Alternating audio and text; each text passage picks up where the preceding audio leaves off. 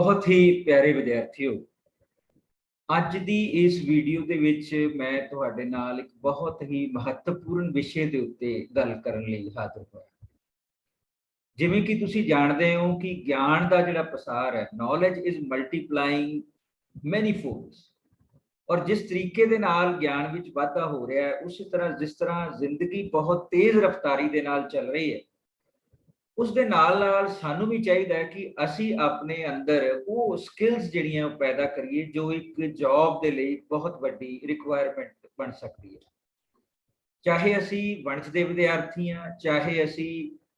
Management ਦੇ ਵਿਦਿਆਰਥੀ ਹਾਂ, ਚਾਹੇ ਅਸੀਂ ਸਾਇੰਸ ਦੇ ਵਿਦਿਆਰਥੀ ਹਾਂ, ਚਾਹੇ ਆਰਟਸ ਦੇ ਵਿਦਿਆਰਥੀ ਹਾਂ, ਜਦੋਂ ਵੀ ਅਸੀਂ ਕਿਸੇ ਅਦਾਰੇ ਦੇ ਵਿੱਚ ਜੌਬ ਕਰਨ ਲਈ ਜਾਂਦੇ ਹਾਂ ਤਾਂ ਸਭ ਤੋਂ ਪਹਿਲਾਂ ਸਾਡੀ ਪਰਖ ਜਿਹੜੀ ਹੈ ਉਹਨਾਂ ਸਕਿੱਲਸ ਤੋਂ ਹੁੰਦੀ ਹੈ, ਜੋ ਸਕਿੱਲਸ ਉਸ ਜੌਬ ਦੀਆਂ ਇੱਕ ਬਹੁਤ ਹੀ ਵੱਡੀ ਰਿਕੁਆਇਰਮੈਂਟ ਹੈ। ਸੋ ਉਸ ਸੰਬੰਧ ਦੇ ਵਿੱਚ ਜੇਕਰ ਸਾਡੀ ਸਿੱਖਿਆ ਜੋ ਐਜੂਕੇਸ਼ਨ, ਜੋ ਹਾਇਰ ਐਜੂਕੇਸ਼ਨ ਜਾਂ ਸਕੂਲ ਐਜੂਕੇਸ਼ਨ ਅਸੀਂ ਵੱਖ-ਵੱਖ ਅਦਾਰਿਆਂ ਤੋਂ ਲੈ ਕੇ ਆਏ ਹਾਂ, ਜਾਂ ਜੋ ਡਿਗਰੀਆਂ ਅਸੀਂ ਹਾਸਲ ਕੀਤੀਆਂ, ਜੇਕਰ ਉਹ ਡਿਗਰੀਆਂ ਸਾਡੀ ਸਕਿੱਲ ਨੂੰ ਐਨਹਾਂਸ ਨਹੀਂ ਕਰ ਪਾਈਆਂ ਤੇ ਸਾਡੀ ਇੱਕ ਜ਼ਿੰਮੇਵਾਰੀ ਬਣ ਜਾਂਦੀ ਹੈ ਕਿ ਸਮੇਂ ਦੇ ਹਾਣੀ ਬਣ ਕੇ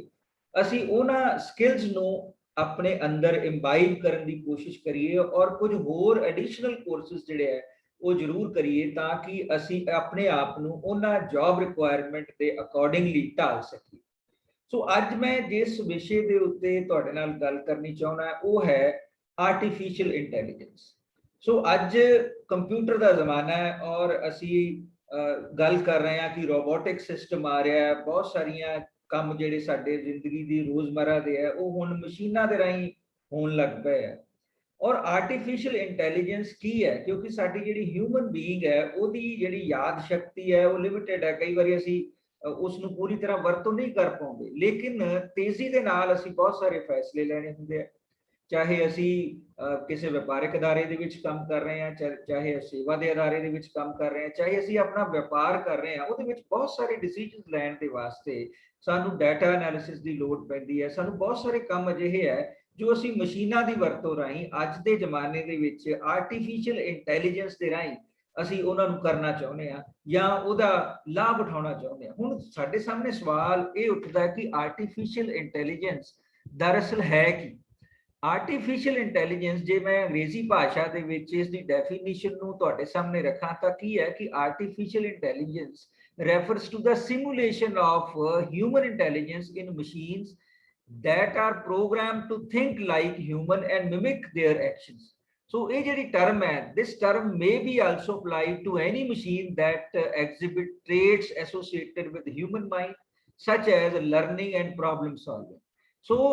ਅਸੀਂ ਵੱਖ-ਵੱਖ ਸਥਿਤੀਆਂ ਦੇ ਵਿੱਚ ਜੋ ਲਰਨ ਕਰਦੇ ਹਾਂ ਜਾਂ ਜਿਨ੍ਹਾਂ ਸਮੱਸਿਆਵਾਂ ਨੂੰ ਹੱਲ ਕਰਨ ਦੀ ਕੋਸ਼ਿਸ਼ ਕਰਦੇ ਹਾਂ ਔਰ ਹਿਊਮਨ ਜਿਹੜੀ ਇੰਟੈਲੀਜੈਂਸ ਹੈ ਉਹਨੂੰ ਵਧਾਉਣ ਦੇ ਲਈ ਜਾਂ ਹਿਊਮਨ ਦੀ ਐਫੀਸ਼ੀਐਂਸੀ ਨੂੰ ਇੰਪਰੂਵ ਕਰਨ ਦੇ ਲਈ ਅਸੀਂ ਆਰਟੀਫਿਸ਼ੀਅਲ ਇੰਟੈਲੀਜੈਂਸ ਦੀ ਅੱਜ ਦੇ ਸਮੇਂ ਦੇ ਵਿੱਚ ਵਰਤੋਂ ਕਰ ਸਕਦੇ ਹਾਂ।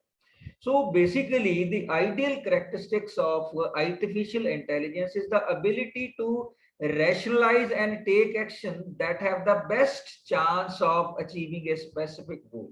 ਹਰ ਵਿਅਕਤੀ ਜਿਹੜਾ ਉਹ ਅੱਜ ਕੁਝ ਨਾ ਕੁਝ ਪ੍ਰਾਪਤ ਕਰਨਾ ਚਾਹੁੰਦਾ ਹੈ, ਆਪਣੇ ਟੀਚਿਆਂ ਦੇ ਉੱਤੇ ਪਹੁੰਚਣਾ ਚਾਹੁੰਦਾ ਹੈ, ਆਪਣੇ ਉਦੇਸ਼ਾਂ ਦੀ ਪ੍ਰਾਪਤੀ ਕਰਨਾ ਚਾਹੁੰਦਾ ਹੈ, ਲੇਕਿਨ ਇਹਨਾਂ ਉਦੇਸ਼ਾਂ ਦੀ ਪ੍ਰਾਪਤੀ ਦੇ ਲਈ ਸਾਨੂੰ ਬਹੁਤ ਸਾਰੇ ਫੈਸਲੇ ਲੈਣੇ ਪੈਂਦੇ ਆ, ਬਹੁਤ ਸਾਰੇ ਐਕਸ਼ਨ ਸਾਨੂੰ ਪਰਫਾਰਮ ਕਰਨੇ ਪੈਂਦੇ ਆ। ਜੇਕਰ ਇਹਨਾਂ ਐਕਸ਼ਨਸ ਦੀ ਹੈਲਪ ਦੇ ਵਾਸਤੇ ਸਾਡੇ ਕੋਲ ਕੋਈ ਐਸਾ ਇੰਟੈਲੀਜੈਂਸ ਸਿਸਟਮ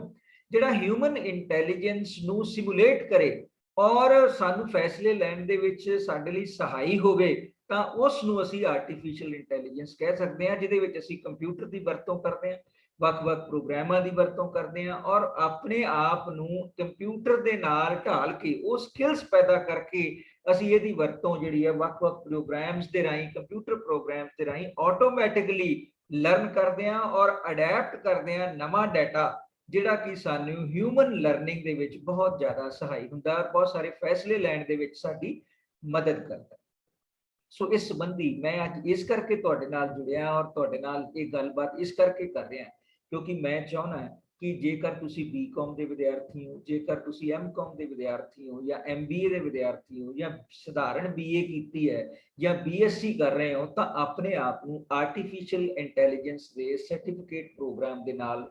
ਜ਼ਰੂਰ ਜੋੜੋ, ਕਿਉਂਕਿ ਇਹਦੇ ਨਾਲ ਤੁਹਾਡੇ ਅੰਦਰ ਜਿਹੜੀਆਂ ਸਕਿੱਲਸ ਪੈਦਾ ਹੋਣਗੀਆਂ ਉਹ ਸਕਿੱਲਸ ਤੁਹਾਡੀ ਹਰ ਤਰ੍ਹਾਂ ਦੀ ਮਦਦ ਕਰੇਗੀ, ਜੋ ਕਿ ਤੁਹਾਨੂੰ ਇਕਵਿਪ ਕਰੇਗੀ ਨਵੀਆਂ ਜੌਬਸ ਦੀਆਂ ਜਿਹੜੀਆਂ ਸਾਡੇ ਸਾਹਮਣੇ ਚੁਣੌਤੀਆਂ ਨੇ ਉਹਨਾਂ ਦਾ ਸਾਹਮਣਾ ਕਰਨ ਵਾਸਤੇ। ਸੋ ਮੇਰੀ ਤੁਹਾਨੂੰ ਸਾਰਿਆਂ ਨੂੰ ਅਪੀਲ ਹੈ ਕਿ ਆਰਟੀਫਿਸ਼ੀਅਲ ਇੰਟੈਲੀਜੈਂਸ ਨੂੰ ਆਪਣਾ ਵਿਸ਼ਾ ਬਣਾਓ, ਔਰ ਆਪਣੇ ਵਿਸ਼ੇ ਦੇ ਨਾਲ ਚਾਹੇ ਤੁਸੀਂ ਗ੍ਰੈਜੂਏਸ਼ਨ ਕੀਤੀ ਹੈ, ਚਾਹੇ ਪੋਸਟ ਗ੍ਰੈਜੂਏਸ਼ਨ ਕੀਤੀ ਹੈ, ਚਾਹੇ ਕਿਸੇ ਵੀ ਵਿਸ਼ੇ ਦੇ ਵਿੱਚ ਕੀਤੀ ਹੈ, ਚਾਹੇ ਤੁਸੀਂ 10+2 ਪਾਸ ਕੀਤੀ ਹੈ, ਤਾਂ ਜ਼ਰੂਰ ਆਪਣੇ ਆਪ ਨੂੰ ਕਿਸੇ ਨਾ ਕਿਸੇ ਡਿਗਰੀ ਪ੍ਰੋਗਰਾਮ ਆਰਟੀਫਿਸ਼ੀਅਲ ਇੰਟੈਲੀਜੈਂਸ ਵਾਸਤੇ ਔਰ ਸਰਟੀਫਿਕੇਟ ਪ੍ਰੋਗਰਾਮ ਦੇ ਨਾਲ ਤੁਸੀਂ ਆਪਣੇ ਆਪ ਨੂੰ ਜੋੜੋ। ਹੁਣ ਇਹਦੇ ਲਈ ਮੈਂ ਤੁਹਾਨੂੰ ਸੁਜੈਸਟ ਕਰੂੰਗਾ ਕਿ ਪੰਜਾਬ ਸਰਕਾਰ ਨੇ ਬਹੁਤ ਵੱਡਾ ਉਪਰਾਲਾ ਇਸ ਸੰਬੰਧ ਦੇ ਵਿੱਚ ਕੀਤਾ। ਉਹ ਉਪਰਾਲਾ ਕੀ ਹੈ ਕਿ ਪੰਜਾਬ ਸਰਕਾਰ ਨੇ ਜਗਤ Guru Nanak Dev Punjab state open university ਦੀ ਸਥਾਪਨਾ ਪਟਿਆਲਾ ਦੇ ਵਿੱਚ ਕੀਤੀ ਹੈ, ਔਰ ਇਸ ਯੂਨੀਵਰਸਿਟੀ ਦਾ ਜਿਹੜਾ ਮੁੱਖ ਮੋਟਿਵ ਹੈ ਉਹ ਸੇਵਾ ਹੈ। ਹੁਣ ਸੇਵਾ ਤੋਂ ਕੀ ਭਾਵ ਹੈ? SEWA, ਇਸ ਤੋਂ ਭਾਵ ਇਸ ਯੂਨੀਵਰਸਿਟੀ ਨੇ ਲਿਆ skill enhancement through customised programme by leveraging technology, और E तो भाव है employability, focused education reflecting excellence in all spheres of learning, और उस तो बाद W तो भाव इन्होंने लिया wisdom, wisdom is the cornerstone of our endeavour in developing wholesome personality, ते चौथी चीज है accessibility, that is accessible and equitable for providing quality education and life long learning. So इस करके मेरी तुहानू सारिਆਂ ਨੂੰ ਬੇਨਤੀ ਹੈ ਕਿ ਪੰਜਾਬ ਸਰਕਾਰ ਦਾ ਜਿਹੜਾ ਇਹ ਉਪਰਾਲਾ ਮੈਨੂੰ ਬਹੁਤ ਵਧੀਆ ਉਪਰਾਲਾ ਲੱਗਿਆ। ਜਦੋਂ ਮੈਂ ਸਾਰਾ ਇਤਿਹਾਸ ਇਸ ਯੂਨੀਵਰਸਿਟੀ ਦਾ ਪੜ੍ਹ ਰਿਹਾ, ਕਿਸ ਮੋਟੋ ਦੇ ਨਾਲ ਇਹ ਯੂਨੀਵਰਸਿਟੀ ਸਥਾਪਿਤ ਕੀਤੀ ਗਈ ਹੈ, ਔਰ ਡਿਸਟੈਂਸ ਲਰਨਿੰਗ ਦੇ ਵਾਸਤੇ ਦੇ ਰਾਹੀਂ ਇਹ ਵੱਖ-ਵੱਖ ਕੋਰਸਸ ਜਿਹੜੇ ਉਹ ਕਰਵਾਉਣਗੇ, ਔਰ ਇਸ ਯੂਨੀਵਰਸਿਟੀ ਨੇ, ਮੈਂ ਇਸ ਕਰਕੇ ਤੁਹਾਡੇ ਨਾਲ ਮੁਖਾਤਬ ਹੈ ਕਿ ਬਹੁਤ ਵੱਡਾ ਉਪਰਾਲਾ ਕੀਤਾ ਹੈ ਕਿ ਸਰਟੀਫਿਕੇਟ ਪ੍ਰੋਗਰਾਮ ਇਨ ਆਰਟੀਫਿਸ਼ੀਅਲ ਇੰਟੈਲੀਜੈਂਸ ਸ਼ੁਰੂ ਕੀਤਾ ਹੈ। और इस आर्टिफिशियल इंटैलीजेंस के सर्टिफिकेट प्रोग्राम करने लिए तुहानू यूनिवर्सिटी जाने की लोड़ नहीं पैनी, डिस्टेंस मोड के नाल और ऑनलाइन प्रोग्राम जिहड़ा चला के यूनिवर्सिटी वालों तुहानू करवाया जाना है। और सब तो वड्डी खुशी की गल है कि सतीश चंद्र धवन सरकारी कालेज लुधियाना दे विच भी इहदा एक लर्निंग सेंटर जिहड़ा वो बनाया गया।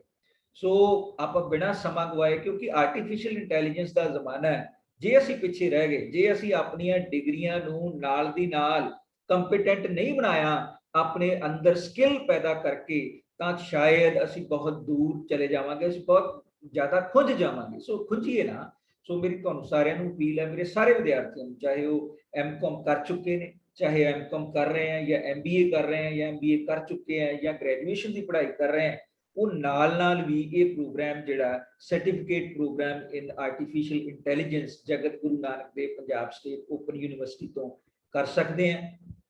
और ਵੱਖ-ਵੱਖ नोडल सेंटर्स ਦੇ ਵਿੱਚ ਜਾ ਕੇ, लर्निंग सेंटर ਦੇ ਵਿੱਚ ਜਾ ਕੇ ਸਮੇਂ-ਸਮੇਂ ਤੋਂ ਤੁਹਾਨੂੰ ਇਹਦੀ ਗਾਈਡੈਂਸ ਵੀ ਦਿੱਤੀ ਜਾਏਗੀ ਔਰ ਤੁਹਾਡੀ ਹੈਲਪ ਵੀ ਕੀਤੀ ਜਾਏਗੀ। ਜੋ ਵੀ ਸਿਸਟਮ ਹੈ ਉਹ ਸਾਰਾ ਹੀ ਲਰਨਿੰਗ ਮੈਨੇਜਮੈਂਟ ਸਿਸਟਮ ਇਹਨਾਂ ਨੇ ਡਿਸਟੈਂਸ ਲਰਨਿੰਗ ਪ੍ਰੋਗਰਾਮ ਦੇ ਤਹਿਤ ਬਣਾਇਆ ਹੈ। ਔਰ ਜਿਹੜਾ ਮੈਂ ਸਭ ਤੋਂ ਖੂਬਸੂਰਤੀ ਗੱਲ ਹੈ ਕਿ ਇਸ ਕੋਰਸ ਦਾ ਮੈਂ ਜਦੋਂ ਕੰਟੈਂਟ ਪੜ੍ਹ ਰਿਹਾ ਸੀ ਤੇ ਮੈਨੂੰ ਲੱਗਿਆ ਕਿ ਸ਼ਾਇਦ ਬਹੁਤ ਵੱਡਾ ਨਿਆਂ ਕੀਤਾ ਗਿਆ ਵਿਦਿਆਰਥੀਆਂ ਦੇ ਨਾਲ, और सारे वो कंटेंट और बड़े इंडस्ट्री प्रोफेशनल्स ने बैठ के बड़े मंथन तो बाद, क्योंकि इस यूनिवर्सिटी के वाइस चांसलर एक बहुत ही प्रबुद्ध व्यक्ति है डॉक्टर करमजीत सिंह, उन्होंने ਵੱਖ-ਵੱਖ सब्जेक्ट एक्सपर्ट्स के नाल बैठ के, इंडस्ट्री एक्सपर्ट्स के नाल बैठ के और एम्प्लॉयर्स के नाल बैठ के, जिन्हां ने तुहानू रोजगार देना है उन्हां दे नाल बैठ के और आर्टिफिशियल इंटैलीजेंस के ਵੱਖ-ਵੱਖ ਜਿਹੜੇ ਸਾਡੇ ਮਾਹਰ ਨੇ ਉਹਨਾਂ ਦੇ ਨਾਲ ਗੱਲਬਾਤ ਕਰਕੇ ਕਿ ਅਸੀਂ ਇੱਕ ਵਿਦਿਆਰਥੀ ਦੀ ਸਕਿੱਲ ਨੂੰ ਕਿਸ ਤਰ੍ਹਾਂ ਐਨਹਾਂਸ ਕਰ ਦਈਏ ਕਿ ਜਿਹੜੀ ਉਹਨੇ ਡਿਗਰੀ ਹਾਸਲ ਕੀਤੀ ਹੋਈ ਹੈ ਦੂਸਰੀਆਂ ਯੂਨੀਵਰਸਿਟੀਆਂ ਤੋਂ, ਉਸ ਡਿਗਰੀ ਇੱਕ ਲਾਹੇਵੰਦ ਡਿਗਰੀ ਬਣ ਜਾਏ ਔਰ ਵਿਦਿਆਰਥੀ ਦੇ ਅੰਦਰ ਉਹ ਸਕਿੱਲ ਜਿਹੜੀ ਹੈ ਉਹ ਪੈਦਾ ਹੋ ਜਾਏ। ਸੋ ਮੇਰੀ ਤੁਹਾਨੂੰ ਸਾਰਿਆਂ ਨੂੰ ਇੱਕ ਗੁਜ਼ਾਰਿਸ਼ ਹੈ, ਕਿਉਂਕਿ ਮੈਂ ਬਤੌਰ ਡੀਨ ਅਕਾਦਮਿਕ ਮਾਮਲੇ SCD ਗਵਰਨਮੈਂਟ ਕਾਲਜ ਲੁਧਿਆਣਾ, ਮੇਰਾ ਫਰਜ਼ ਵੀ ਹੈ ਵਿਦਿਆਰਥੀਆਂ ਦੇ ਨਾਲ ਜੁੜਨਾ और विद्यार्थियों को गाहे बगाहे समय समय ते उन्हां चीज़ों के बारे जानकारी देना ताकि विद्यार्थी जिहड़े ने इसका लाभ उठा सकन। So Jagat Guru Nanak Dev Punjab state open university Punjab सरकार का एक बहुत बड़ा उपराला है। और भी बहुत सारे कोर्सेज जिवें ई-रिटेलिंग है या होर कोर्सेज भी इस यूनिवर्सिटी ने 3-3 महीने के 6-6 महीने के सर्टिफिकेट प्रोग्राम जिहड़े शुरू किए हैं। तो मैनूं लगता है कि जे असीं चाहुंदे हां कि साडी जिहड़ी डिग्री है वो जॉब वास्ते रेलिवेंट हो जाए, इंप्लॉयमेंट वास्ते रेलिवेंट हो जाए, तो सानूं ये हमला जरूर मारना चाहिए। और बहुत घट कीमत के उत्ते जो मेरी जानकारी है, मैं उन्होंने प्रॉस्पैक्टस वगैरह पढ़ रहे सी कि लगभग 6000 रुपए ਦੇ ਵਿੱਚ ਪੂਰਾ ਕੋਰਸ ਕਰਵਾਇਆ ਜਾਣਾ ਹੈ ਔਰ ਉਹਦਾ ਕੰਟੈਂਟ ਬੜਾ ਕੁਆਲਿਟੇਟਿਵ ਹੈ। ਔਰ ਜਦੋਂ ਤੁਸੀਂ ਉਸ ਆਰਟੀਫੀਸ਼ੀਅਲ ਇੰਟੈਲੀਜੈਂਸ ਦਾ ਕੋਰਸ ਕਰਕੇ ਜੋ ਕਿ ਤੁਹਾਡੀ ਡਿਗਰੀ ਨੂੰ ਸਪਲੀਮੈਂਟ ਕਰੇਗਾ, ਤੁਸੀਂ ਬਾਹਰ ਨਿਕਲੋਗੇ, ਇੰਪਲੋਇਮੈਂਟ ਵਾਸਤੇ ਜਾਓਗੇ ਤੇ ਤੁਹਾਡੇ ਰਾਹ ਜਿਹੜੇ ਨੇ ਉਹ ਇੰਪਲੋਇਰ ਤੁਹਾਡੇ ਰਸਤੇ ਦੇ ਵਿੱਚ ਫੁੱਲ ਵਿਛਾਈ ਖੜੇ ਹੋਣਗੇ, ਕਿਉਂਕਿ ਉਹਨਾਂ ਨੂੰ ਸਕਿੱਲ ਦੀ ਲੋੜ ਹੈ, ਉਹਨਾਂ ਨੂੰ ਐਸੇ ਇੰਪਲੋਈ ਦੀ ਲੋੜ ਹੈ ਜੋ ਉਹਨਾਂ ਦੇ ਆਬਜੈਕਟਿਵਸ ਨੂੰ ਅਚੀਵ ਕਰਨ ਦੇ ਵਿੱਚ ਸਹਾਈ ਹੋ ਸਕੇ। ਸੋ ਸਮਾਂ ਨਾ ਗਵਾਓ। ਜਗਤ Guru Nanak Dev Punjab state open university ਨੇ ਇੱਕ ਬਹੁਤ ਵੱਡਾ ਉਪਰਾਲਾ ਕੀਤਾ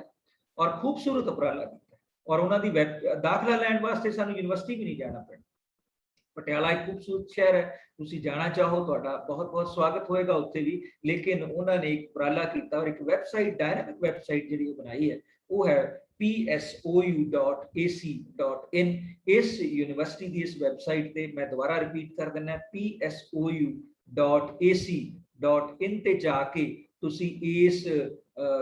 ਵੈਬਸਾਈਟ ਦੇ ਉੱਤੇ ਜਾ ਕੇ ਜਗਤ Guru Nanak Dev Punjab state open university ਦੇ ਵੱਖ-ਵੱਖ ਕੋਰਸਸ ਦੇ ਵਿੱਚ, ਜਿਹਦੇ ਵਿੱਚ ਬਹੁਤ ਮਹੱਤਵਪੂਰਨ ਕੋਰਸ ਜਿਹੜਾ ਹੈ ਉਹ ਆਰਟੀਫੀਸ਼ੀਅਲ ਇੰਟੈਲੀਜੈਂਸ ਦਾ ਹੈ, ਉਹਦੇ ਤੇ ਜਾ ਕੇ ਤੁਸੀਂ ਅਪਲਾਈ ਕਰ ਸਕਦੇ ਹੋ ਔਰ ਦਾਖਲਾ ਲੈ ਸਕਦੇ ਹੋ। ਸੋ ਸਮਾਂ ਨਾ ਗਵਾਓ, ਆਪਣੇ ਆਪ ਨੂੰ ਇਕਵਿਪ ਕਰੋ, ਆਪਣੇ ਮਾਪਿਆਂ ਦੇ ਸੁਪਨਿਆਂ ਨੂੰ ਪੂਰਾ ਕਰੋ, ਕਿਉਂਕਿ ਇਸ ਯੂਨੀਵਰਸਿਟੀ ਦਾ ਸਥਾਪਨਾ ਜਿਹੜੀ ਹੈ ਉਹ ਬਾਬੇ ਨਾਨਕ ਦੇ ਨਾਮ ਤੇ ਕੀਤੀ ਗਈ ਹੈ ਔਰ ਬਾਬੇ ਨਾਨਕ ਨੇ ਸਾਨੂੰ ਸਿਖਾਇਆ ਸੀ 13 ਤੋੜਨਾ। ਔਰ ਅਸੀਂ ਚਾਹੁੰਦੇ ਹਾਂ ਕਿ ਅਸੀਂ ਇਸ ਦੇਸ਼ ਦਾ ਇੱਕ ਬਹੁਤ ਹੀ ਮਹੱਤਵਪੂਰਨ ਰਿਸੋਰਸ ਬਣੀਏ ਔਰ ਸਮੇਂ ਦੇ ਆਣੀ ਬਣੀਏ, ਆਪਣੇ ਆਪ ਨੂੰ ਸਮਾਜ ਦੀ ਸੇਵਾ ਕਰੀਏ। ਲੇਕਿਨ ਸਮਾਜ ਦੀ ਸੇਵਾ ਅਸੀਂ ਤਾਂ ਹੀ ਕਰ ਸਕਦੇ ਹਾਂ, ਸਮੇਂ ਦੇ ਹਾਣੀ ਅਸੀਂ ਤਾਂ ਹੀ ਬਣ ਸਕਦੇ ਹਾਂ ਜੇ ਅਸੀਂ ਆਪਣੇ ਅੰਦਰ ਉਹ ਯੋਗਤਾ, ਉਹ ਸਕਿੱਲ ਜਿਹੜੀ ਉਹ ਪੈਦਾ ਕੀਤੀ ਹੈ। ਸੋ ਆਰਟੀਫੀਸ਼ੀਅਲ ਇੰਟੈਲੀਜੈਂਸ ਸਰਟੀਫਿਕੇਟ ਪ੍ਰੋਗਰਾਮ ਇਨ ਆਰਟੀਫੀਸ਼ੀਅਲ ਇੰਟੈਲੀਜੈਂਸ ਦੇ ਵਿੱਚ ਦਾਖਲਾ ਲਓ। ਤੁਹਾਡਾ ਬਹੁਤ ਬਹੁਤ ਧੰਨਵਾਦ। ਅੱਗੇ ਇਸੇ ਤਰ੍ਹਾਂ ਕੁਝ ਕੋਰਸਾਂ ਦੀ ਜਾਣਕਾਰੀ ਲੈ ਕੇ ਮੈਂ ਫਿਰ ਤੁਹਾਡੇ ਨਾਲ रूबरू ਹੁੰਦਾ ਰਹਾਂਗਾ, ਕਿਉਂਕਿ ਇੱਕ ਅਧਿਆਪਕ ਦਾ ਫਰਜ਼ ਹੈ ਆਪਣੇ ਮੁਆਸ਼ਰੇ ਨੂੰ ਜਾਗਰਿਤ ਕਰਨਾ, ਚਾਨਣ ਬਖੇਰਨਾ, ਤਾਂ ਕਿ ਵਿਦਿਆਰਥੀ ਉਹਦਾ ਲਾਭ ਉਠਾ ਸਕਣ।